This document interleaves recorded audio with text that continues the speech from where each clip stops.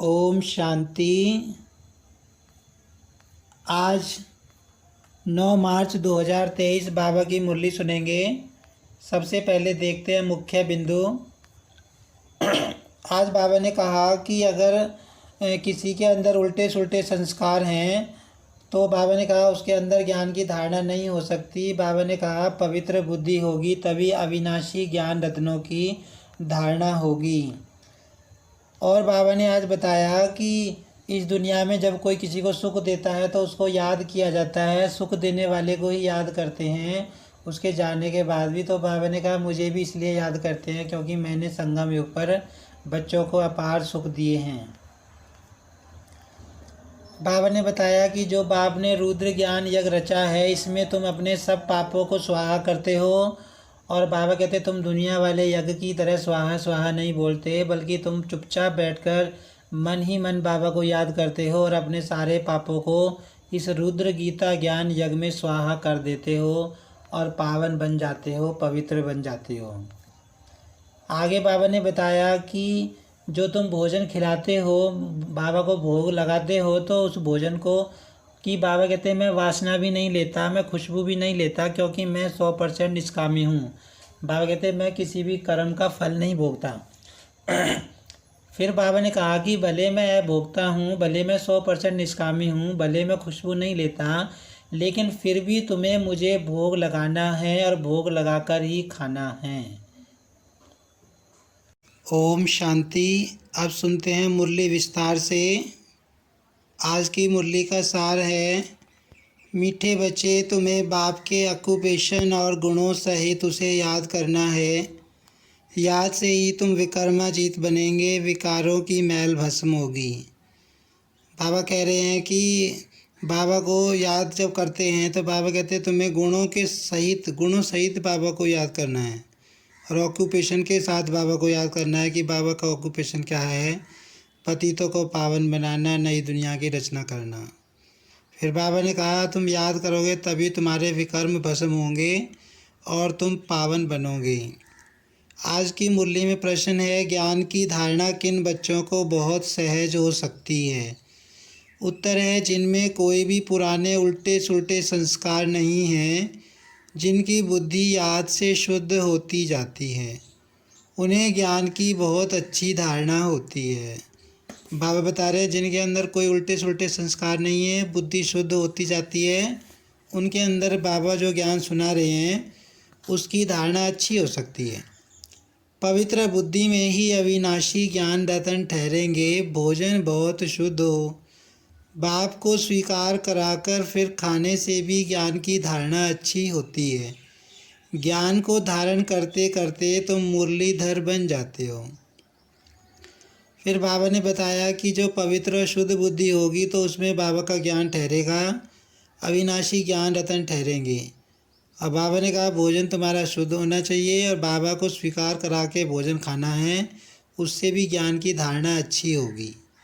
आज की मुरली में गीत है, तुम्हारे बुलाने को जी चाहता है। ओम शांति। आत्मा परमात्मा को बुलाती है, सिर्फ आत्मा कहें तो कहेंगे आत्मा तो वाणी से परे है, इसलिए कहते हैं जीव आत्मा परमात्मा को बुलाती है। भक्तों की बुद्धि परमात्मा के बारे में कहाँ कहाँ जाती है, कुछ भी मनुष्य समझते नहीं, क्योंकि वह समझते हैं परमात्मा सर्वव्यापी है तो बुद्धि कहाँ जाए। अब बाबा कहते हैं भक्तों को तो पता है नहीं परमात्मा वास्तव में रहते कहाँ हैं, तो वो तो ये भी कह देते हैं कि सर्वव्यापी है तो उसको याद कहाँ करें, उस बात में कोई क्लियरिटी नहीं होती। सर्वव्यापी समझने के कारण कहेंगे सब भगवान के रूप हैं, बुलाते हैं परंतु बुद्धि में लक्ष्य नहीं है। परम पिता परमात्मा तरफ बुद्धि जाती नहीं है। किसी भी जीव आत्मा की बुद्धि में यह नहीं आता कि हम उस ज्योतिर्लिंगम को याद क्यों करते हैं। अब बाबा को यथार्थ रूप से भगत तो जानते नहीं, तो बाबा कहते हैं उनकी बुद्धि में ये तो आता नहीं कि हम जो ये लिंग को याद करते हैं, ज्योतिर्लिंग को क्यों याद करते हैं, वह हमको क्या देते हैं जो हम उनको याद करते हैं। जो बहुत अच्छा देकर जाते हैं उनको याद किया जाता है। उनकी याद जिंदगी भर रहती है। कोई ने पाई पैसा दिया, वह तो लेन देन चलती ही है। परंतु समझो कोई गरीब है, उनको कोई मकान बनाकर देवे या उनकी कन्या को शादी कराने में कोई मदद करता है तो सारी आयु उनकी याद रहेगी। अब बाबा समझा रहे हैं कि जब हमको कोई सुख देता है या कुछ देकर जाता है तो उसको ज़िंदगी भर याद किया जाता है, उसकी याद ज़रूर आती है। तो बाबा संगम युग पे आके बच्चों को इतना सुख देते हैं, माला माल करते हैं, तो फिर आधा कल्प बाबा को हम याद करते रहते हैं, दुख में याद करते हैं फिर उसको, क्योंकि कहीं ना कहीं आत्मा को स्मृति रहती है कि मुझे देने वाला, मुझे सुख देने वाला वो परमात्मा है। उनके नाम रूप की याद रहेगी। फलाने ने हमको मकान बनाकर दिया। यहाँ भी तुम बच्चे समझते हो बाप हमको विश्व का मालिक बनाते हैं। मनुष्यों को तो न आत्मा का न परमात्मा का ज्ञान है। आत्मा है सूक्ष्म ते सूक्ष्म, जिसका पता नहीं पड़ता कब अंदर प्रवेश करती है फिर निकल जाती है। बहुत महीन बातें हैं, उनका साक्षात्कार भी दिव्य दृष्टि से ही देख सकते हैं। वह ब्रह्म कहते हैं तो ब्रह्म का भी साक्षात्कार हो पड़ेगा। अब बाबा कहते कि आत्मा के बारे में किसी को पता है नहीं। भाई आत्मा के बारे में कोई नहीं जानता, आत्मा कहाँ से निकलती है, कहाँ से प्रवेश करती है। अखंड लाइट ही लाइट देखने में आएगी। ब्रह्म तत्व तो जरूर बड़ी रोशनी देखने में आएगी, परंतु परमात्मा कोई वह चीज़ तो नहीं है ना जो मनुष्य समझ बैठे हैं। तुम बच्चों की भी बुद्धि में आगे लिंग रूप रहता था, अभी तो बुद्धि में है कि वह स्टार है, आत्मा का वही रूप है, दूसरी कोई चीज़ हो नहीं सकती। परमात्मा भी वही बिंदी रूप है।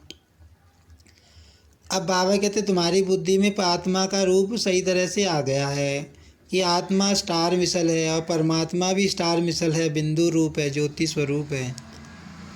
अब लक्ष्मी नारायण की इतनी महिमा है, उनमें क्या ब्यूटी है। आत्मा और शरीर दोनों सतो प्रधान पवित्र हैं, हर्षित मुख हैं, गोरे हैं।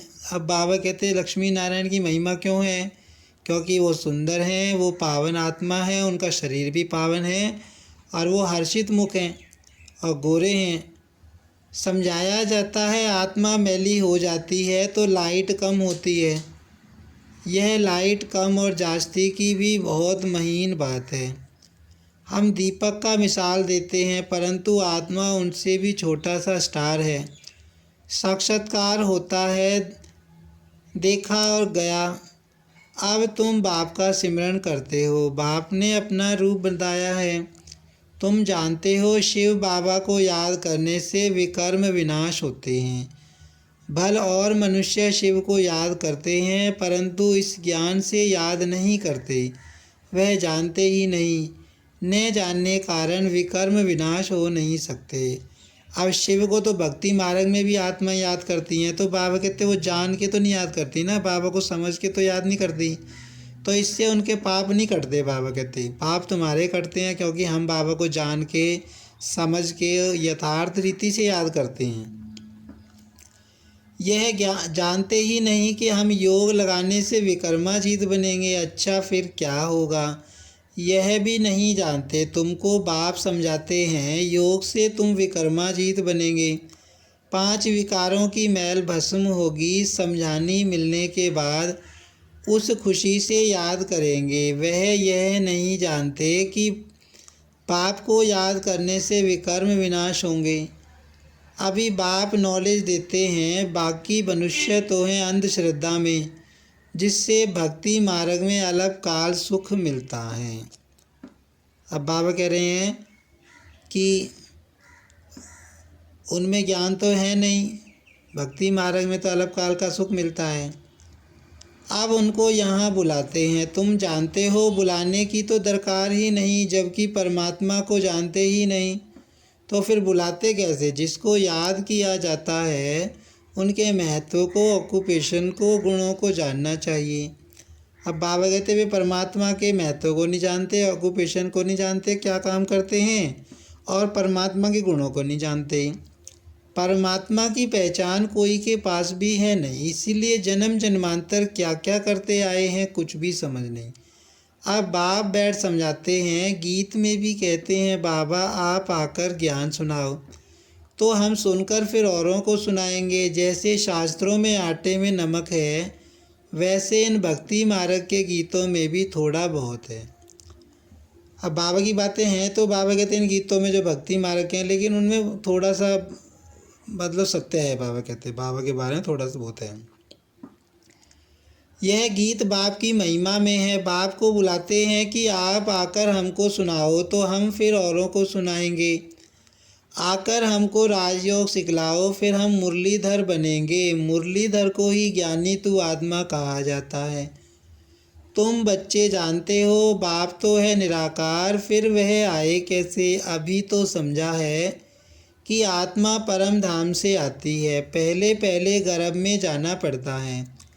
जीव की आत्माएं सब बाप को याद करती हैं, परंतु उनके ऑक्यूपेशन का कुछ भी पता नहीं है। बाबा कहते याद तो सब करते हैं, लेकिन बाबा का काम क्या है ये तो नहीं जानते। परमात्मा आकर क्या करेगा? ऐसे ही सिर्फ बुलाते रहते हैं, वह आता ही नहीं।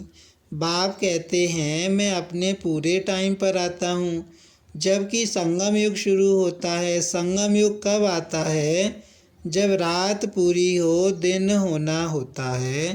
संगम युग आया और बाप भी साथ आया।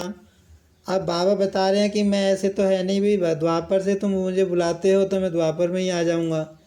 बाबा कहते हैं मेरे आने का टाइम है। बाबा कहते हैं मैं कब आता हूँ? जब रात पूरी होनी होती है, दिन शुरू होने वाला होता है। मन कलयुग जाने वाला होता है, सतयुग आने वाला होता है, तो संगम युग पर शिव बाबा आती हैं। संगम युग पर ही बाप बैठ पढ़ाते हैं। यह सब बातें तुम ब्राह्मण बच्चे ही जानते हो।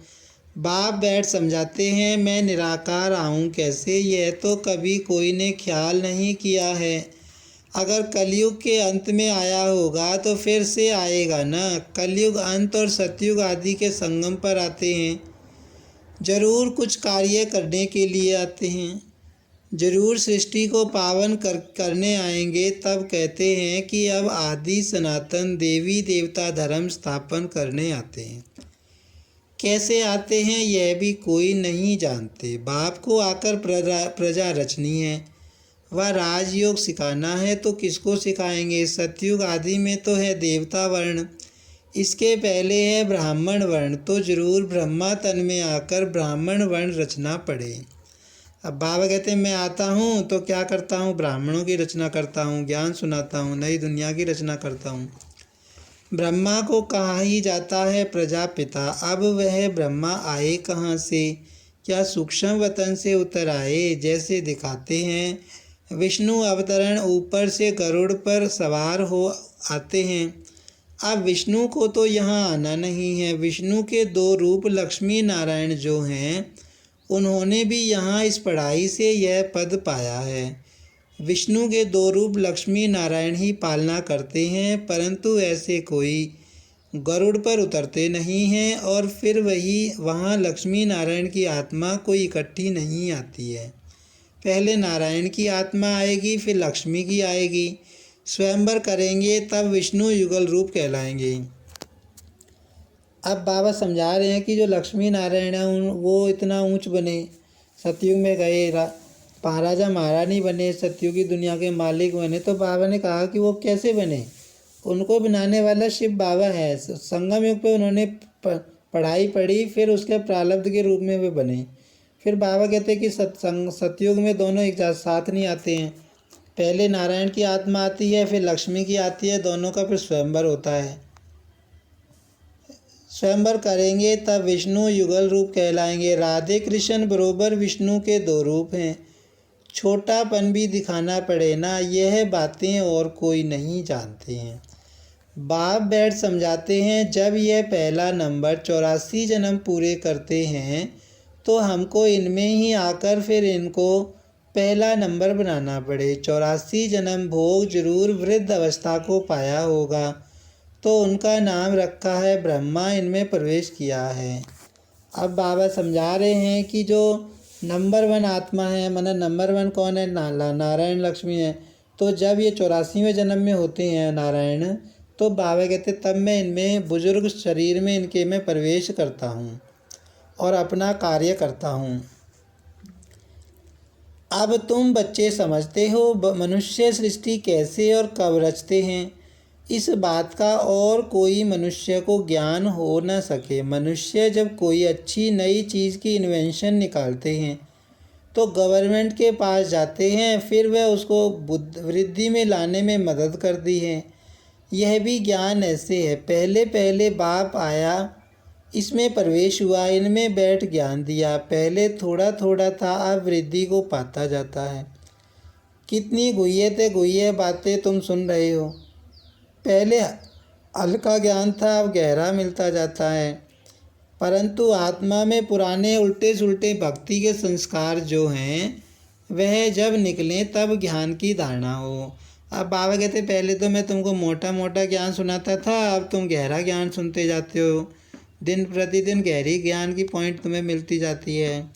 फिर बाबा ये भी बता रहे हैं कि अगर किसी आत्मा के अंदर पुराने संस्कार होंगे तो बाबा का ज्ञान धारण नहीं होगा। योग हो तब विकर्म विनाश होते जाएं और बुद्धि शुद्ध होती जाए। पहले थोड़ा भी ज्ञान सुनने से कितना नशा चढ़ा और भागे, फिर कितने टूट भी पड़े। माया भी हैरान कर देती है। अब ब्रह्मा के बच्चे वह हो गए ब्रह्मा कुमार और कुमारियाँ। यह पूरी रीति समझाना है, नहीं तो मनुष्य डरते हैं। अब बाप को तो जरूर ब्रह्मा का शरीर लेना पड़े। अब बाबा ने बताया कि भाई शुरू में बहुत आत्माएं बाबा का थोड़ा सा ज्ञान सुन के ही उनको नशा चढ़ गया था, बाबा की बन गई थी। फिर बाबा को छोड़ के भी चली गई क्योंकि माया का परछाया पड़ गया। अब बाप को तो जरूर ब्रह्मा का शरीर लेना पड़े, सो भी बड़ा चाहिए। छोटे बच्चे में प्रवेश करेंगे क्या? कहते हैं बहुत जन्मों के अंत के जन्म के अंत में आता हूँ। इसने बहुत शास्त्र पढ़े हुए, गुरु किए हैं तो अनुभवी होगा ना। बाप कहते हैं मैं वानप्रस्थ अवस्था में आता हूँ, शास्त्र आदि पढ़े हैं तब तो समझा सकते हैं। अब बाबा कहते हैं मैं बच्चे के तन में तो नहीं आऊँगा, अनुभवी बुजुर्ग तन में ही आऊँगा। अब तुम बच्चे जानते हो कैसे बाबा आता है और आकर मनुष्य से देवता बनाते हैं, अर्थात पुरानी दुनिया को नया बनाते हैं। तुमको अभी नया बना रहे हैं। इस पुराने तन में राजयोग सीख फिर सतयुगी नया शरीर जाकर लेंगे, फिर देवी देवता कहलाएंगे। वहाँ माया होती नहीं। बाबा कहते सतयुग में तो माया नहीं होगी, 5 विकार ही नहीं है। यह तुम समझा सकते हो कि हम ब्रह्मा कुमार कुमारियाँ हैं। ब्रह्मा को प्रजापिता कहा जाता है, यह तो सब मानेंगे कि भगवान ने आदम बीबी ब्रह्मा सरस्वती द्वारा रचना रची है। गीता में कहते हैं मैं राजाओं का राजा बनाता हूँ, शूद्र से ब्राह्मण बनाकर ज्ञान अमृत पिलाए, असुर से देवता बनाता हूँ। भल यह लिखा हुआ है, परंतु पहले शूद्र वर्ण से ब्राह्मण वर्ण में लाते हैं। तो तुम समझा सकते हो हम ब्रह्मा कुमार कुमारी हैं। ब्रह्मा है प्रजापिता, वास्तव में ब्रह्मा की संतान तुम भी हो। ब्राह्मणों की शुरुआत संगम पर ही होती है। ब्रह्मा द्वारा हम ब्राह्मण पढ़ते हैं, रुद्र ज्ञान यज्ञ की संभाल करते हैं। अब बाबा कहते हो दूसरों को समझाओ कि हम ब्राह्मण हैं। परमात्मा ने ब्रह्मा के द्वारा हम ब्राह्मणों की रचना की है और ब्राह्मणों की शुरुआत संगम युग पर होती है।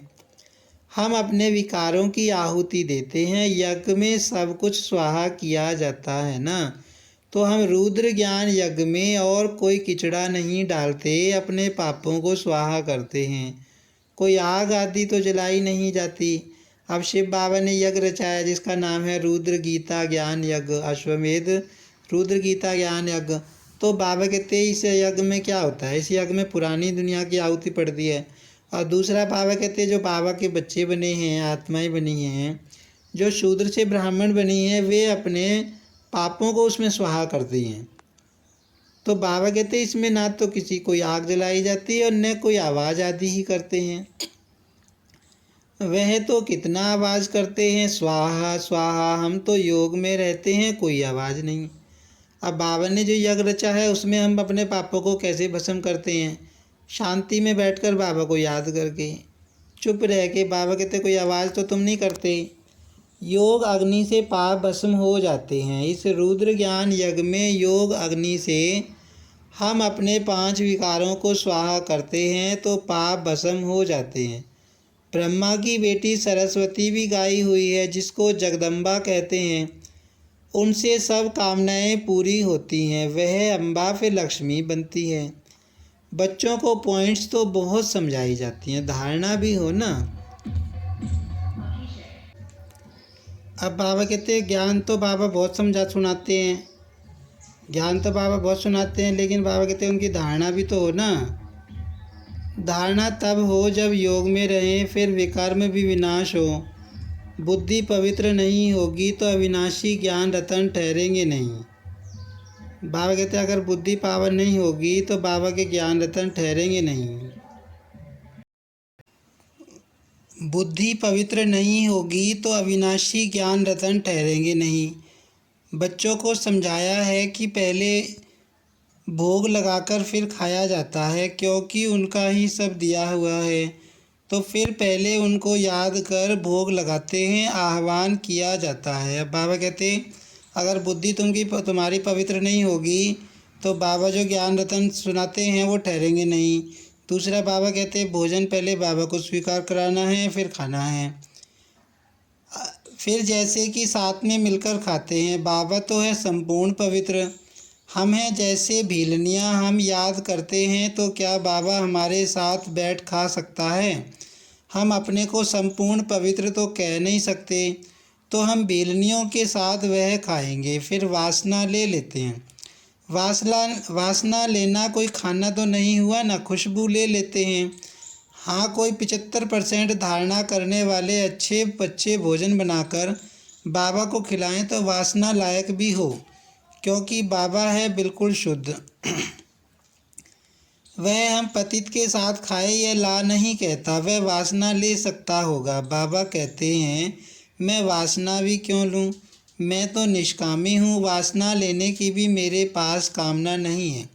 मैं 100% निष्कामी हूँ। भोग ऊपर जाता है, बहुरूपी बैठ देवताओं को खिलाते हैं।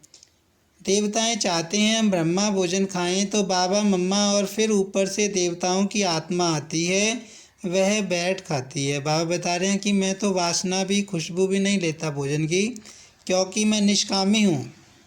फिर भी रुचि से तब खाएगी जब पकाने वाले योगी हों। देवताएं भी ब्रह्मा भोजन की महिमा करते हैं।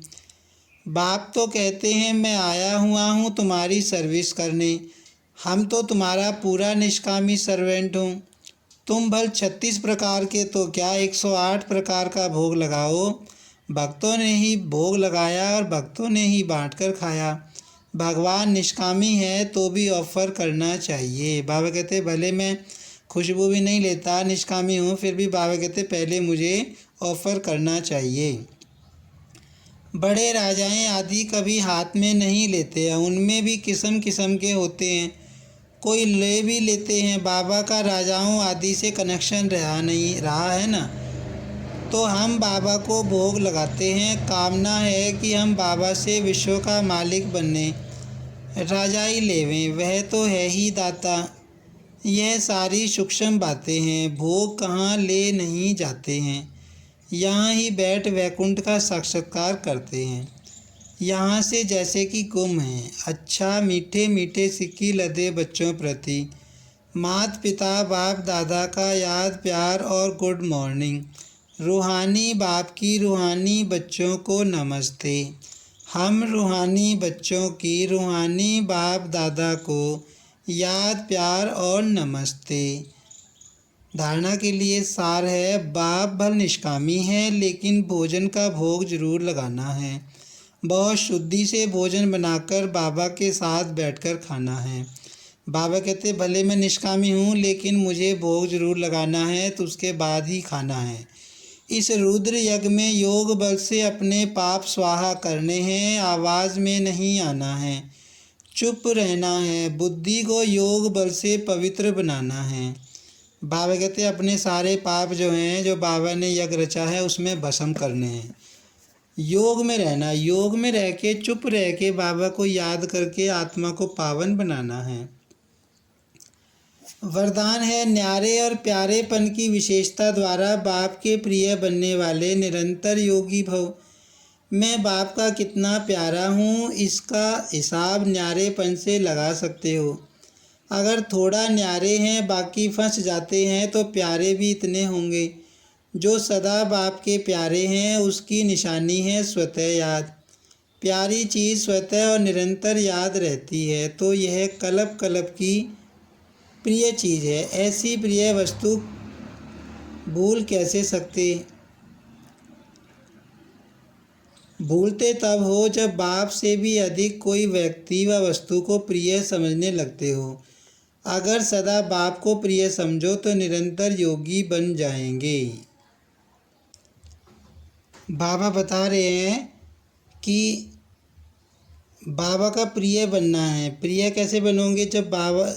जब तुम्हें बाबा ही प्रिय लगेगा, माना इस दुनिया से न्यारे हो जाओगे। बाबा कहते हैं, अब बाबा ने बाबा के प्यारे बनते हैं हम, तो उसकी निशानी बताई है कि प्यारे का मतलब है बाबा की याद स्वतः आएगी, अपने आप आएगी, करने नहीं पड़ेगी। बाबा को याद करना नहीं पड़ेगा, बाबा की याद अपने आप आएगी, क्योंकि प्रिय चीज़ बहुत जल्दी याद आती है।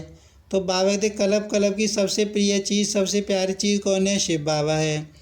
फिर बाबा ये भी बताते हैं कि तुम भूल कैसे जाते हो, बाबा को भूल कैसे जाते हो? इसलिए भूल जाते हो कि बाबा से भी प्रिय तुम और किसी चीज़ को बना लेते हो, इस दुनिया की किसी वस्तु व्यक्ति को बना लेते हो, तो तुम्हें बाबा की याद भूल जाती है।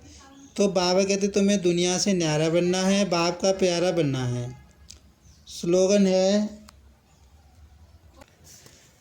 जो अपने नाम मान और शान का त्याग कर बेहद सेवा में रहते हैं, वही परोपकारी हैं। बाबा बता रहे हैं कि स्लोगन में कि जो नाम मान और शान का त्याग कर, जिन्हें अपने नाम मान शान का फिक्र नहीं रहता कि मेरा नाम हो, मान हो, मेरी शान हो, और बाबा की सेवा में रहते हैं, बाबा कहते हैं वही परोपकारी हैं। ओम शांति।